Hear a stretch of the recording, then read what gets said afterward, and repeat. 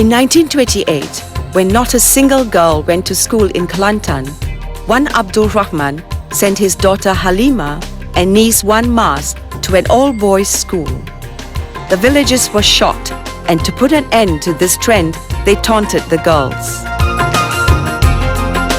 The girls stayed at home to look after their younger siblings.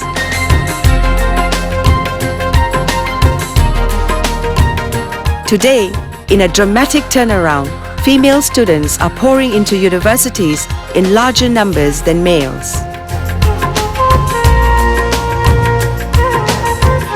We can also boast of Dr. Zeti Akhtar Aziz, who was appointed as the first woman governor of Bank Negara. A Malaysian woman, Marina Mohammed, has even conquered Mount Everest.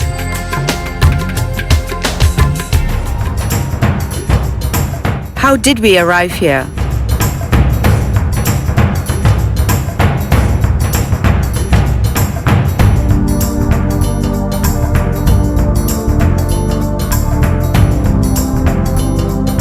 Pada masa dulu tu, kalau zaman saya memang tetaplah wanita tu tak begitulah digalakkan nak bersekolah lama-lama. All the government was concerned to do was to recruit enough educated people to man the positions that were being made vacant by the departing British. When we had independence, we had a wonderful Prime Minister, father of the nation, Tunku, who realized it and encouraged us.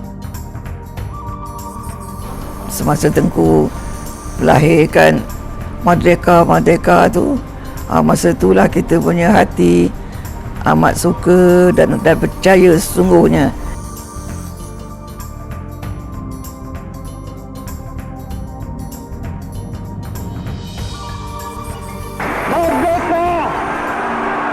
Our first Prime Minister, Tunku Abdul Rahman, gave prominence to women by implementing the Equal Pay Act 1969 and appointed the first woman minister, Tun Fatimah Hashim, to an all-male cabinet.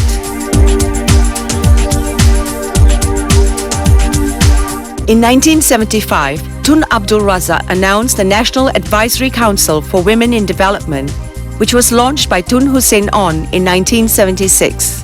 In 1976, the NIEW was formed. NIEW is the acronym for the National Advisory Council on the Integration of Women in Development. Women have in themselves been catalysts for change, and our governments have been very positive. In 1983, a Secretariat for Women's Affairs, Hal Ehwal Wanita, HAWA, was established.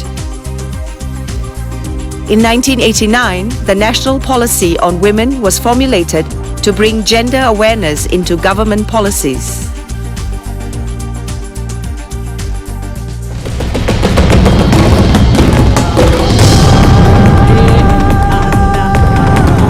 In 1999, HAWA was headed by Datuk Sri Sharizat, who organized a memorable event, Hari Wanita 2000, on 25th August, with 15,000 women from all over Malaysia.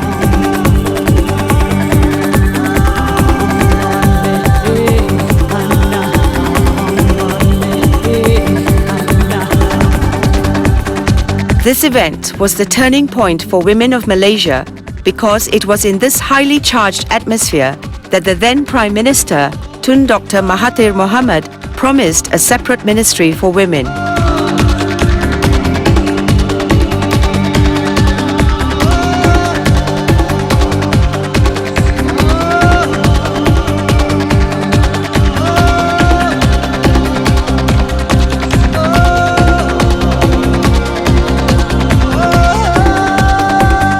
Four months after this announcement, on the 17th of January, the ministry was set up with Datuk Sri Sharizat as the first minister.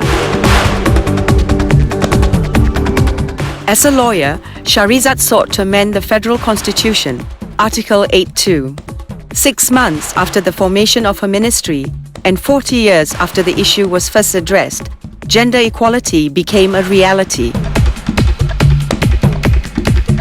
In 2004, Prime Minister Datuk Abdullah Ahmad Badawi expanded the ministry as the Ministry of Women, Family and Community Development and encompassed the entire community issues affecting women, working mothers, single mothers, children, senior citizens, the handicapped, and the victims of natural disasters.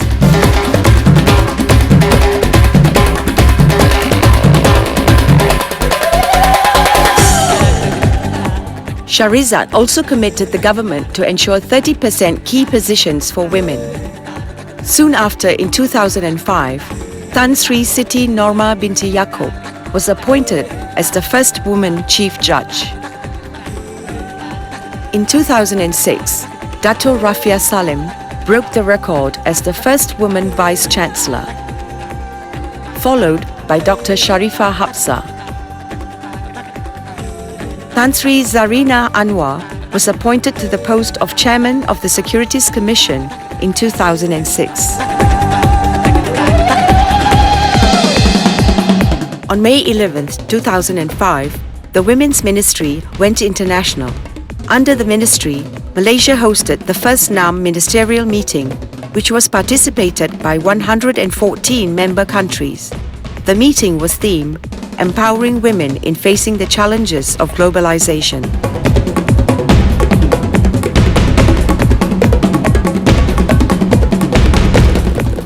In 2007, the ministry launched the NAM Institute for the Empowerment of Women, NIEW. NIEW is now headed by former Vice-Chancellor Dato' Rafia Salim. The Malaysian women's movement did not come easy. For every step, there were backlashes. But the women moved on because they made a pact to ensure justice for women. This pact will be passed on for generations.